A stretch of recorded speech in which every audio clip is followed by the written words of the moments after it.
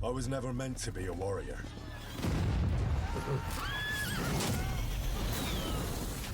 Today I will give you my first opinion of Kingdom Come Deliverance II. I currently have around 50 hours of playtime, and let me tell you, since release 1 week ago I can't stop playing this game. In the first 24 hours the game sold more than 1 million copies and is currently just a few away to hit the 2 million milestone. The game was in the top 10 most played single player games on Steam ever. Kingdom Come Deliverance II is a massive hit, as many already expected it to be before launch. Kingdom Come Deliverance II is a sequel to the successful role-playing game from Warhorse Studios. The game continues the story of Henry, the son of a blacksmith who seeks revenge for the murder of his parents and must assert himself in the political chaos of medieval Bohemia. By the way, don't wonder if I call Henry Heinrich, because that is his German name in the game. Kingdom Come Deliverance II is my first big entry into the franchise. I already played some of KCD1, but only for a few hours, so I didn't really have an idea what to expect from KCD2. As a big RPG and open world enthusiast, the game seemed like it was made for me. I was not too sure at the beginning if I should get it, because I do like it more in video games when there are quest markers and other tools that make the game experience easier. KCD2 is the complete opposite, because the game doesn't tell you what you need to do exactly. There could be a quest like find a horse or find yourself a new armor, and then you need to get creative and find ways to reach your goal without the help of quest markers or other things.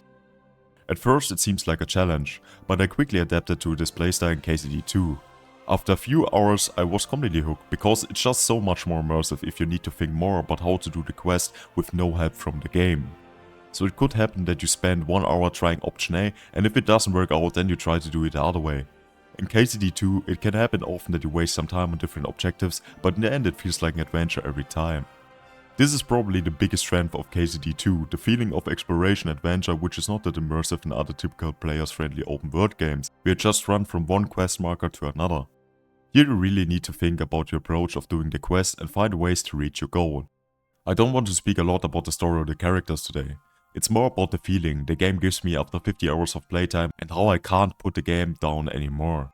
I just want to say that the characters, especially the voice actors both in English and in German, did an amazing job. As a native German speaker I was surprised that they even use different dialects for the characters, which makes the world so much more believable. Was ist dir passiert? Ich bin geliefert. Warum das? Ich hab einen Brief verloren. I'm currently halfway through the mainline story, and so far there are many interesting turns and the story is not really predictable, which makes it even more interesting in my eyes. The story is exciting and you wanna know how things will play out in the end. Let's talk about the dialogue options first. This game has a lot of dialogue, and I mean a lot. The Guinness Book of Records even checks right now if the game sets a new record for the most words in a video game in history. You get many options in dialogues and ways to answer on someone's words. Heinrich has advanced dialogue abilities such as appearance, domination and compulsion, which influences interactions with NPCs. The player's decisions have a direct impact on the game world and relationships with other characters, leading to different storylines. What is even more surprising about this, that Warhorse didn't stop there. If you speak bad about certain things with a villager, you can be assured that in a few days the whole village knows about your opinion. People talk to each other in the villages, there's the classic village talk and the locals form a picture of you without you ever having spoken to them. As a result, Henry has a reputation in the various towns and villages of KCD2, which he can either downgrade or improve. He usually downgrades it by committing offenses or by worsening his reputation with individual people. On the other hand, he improves his reputation if he helps the village or town and behaves politely. His reputation naturally has an effect on how the population behaves towards you and where you are allowed to stay and where not.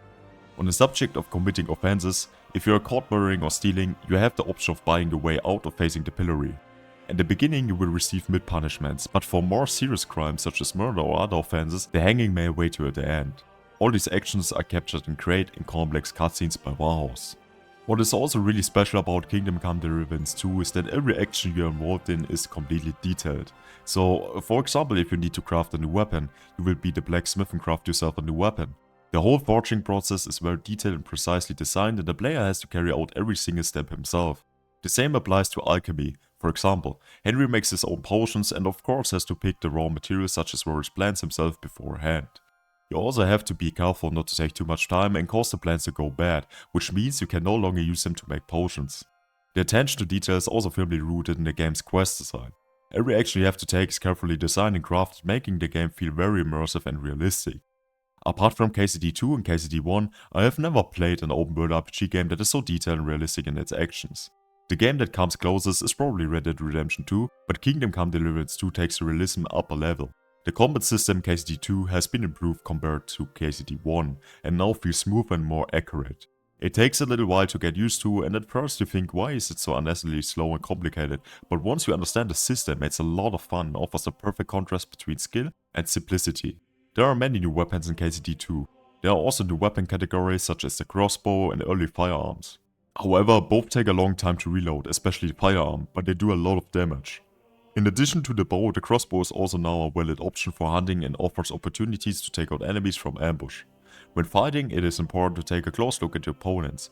Where is the enemy armored and how heavily? How can I use the area to my advantage? Many questions with different approaches that lead to an exciting experience. The world of KCD2 is beautiful. The game relies on the CryEngine and shows that you don't always have to rely on Unreal Engine 5 for beautiful games. Kingdom Come Deliverance 2 is very well optimized and can be played with my RTX 4070 on max settings to 2K without any problem. I have also seen tests with older graphics cards from previous generations where the game was also very playable. Nowadays it is unfortunately no longer the standard for games to be released well optimized, which is why Warhouse deserved all the praise for this good optimization. The atmosphere created by dense fog in the morning or the beautifully staged small rivers flowing through the forest, KCD2 is visually stunning. The buildings in particular, especially the Varys castle, looks very nice, making the game looking like a real medieval simulator. The charm of small villages and large towns such as Kuttenberg is also perfectly captured and offers a great atmosphere for the player. KCD2 is almost twice as big as KCD1 and offers many more places to discover and explore. The graphics of the game could be the subject of a separate video, especially when I think of the various mines, buildings and small dungeons which have been extensively designed and where every location looks different. Kingdom Come Deliverance 2 is amazing and it will definitely be a Game of the Year contender for me.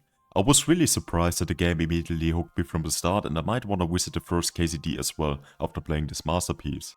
The biggest strength in my opinion is just the realism behind everything you do and that you feel like you are in the world of Kingdom Come Deliverance. The game is really well optimized and I barely encountered any bugs. Sometimes it can get tough to find a solution for quests, but then I would just encourage you to watch walkthroughs from other people and see how they approach the quests. And let me tell you, there are many ways to do the quests in this game.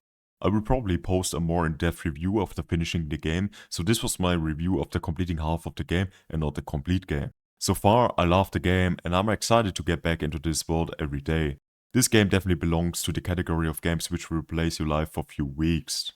Did you play Kingdom Come Deliverance 2 already? What is your opinion about the game so far?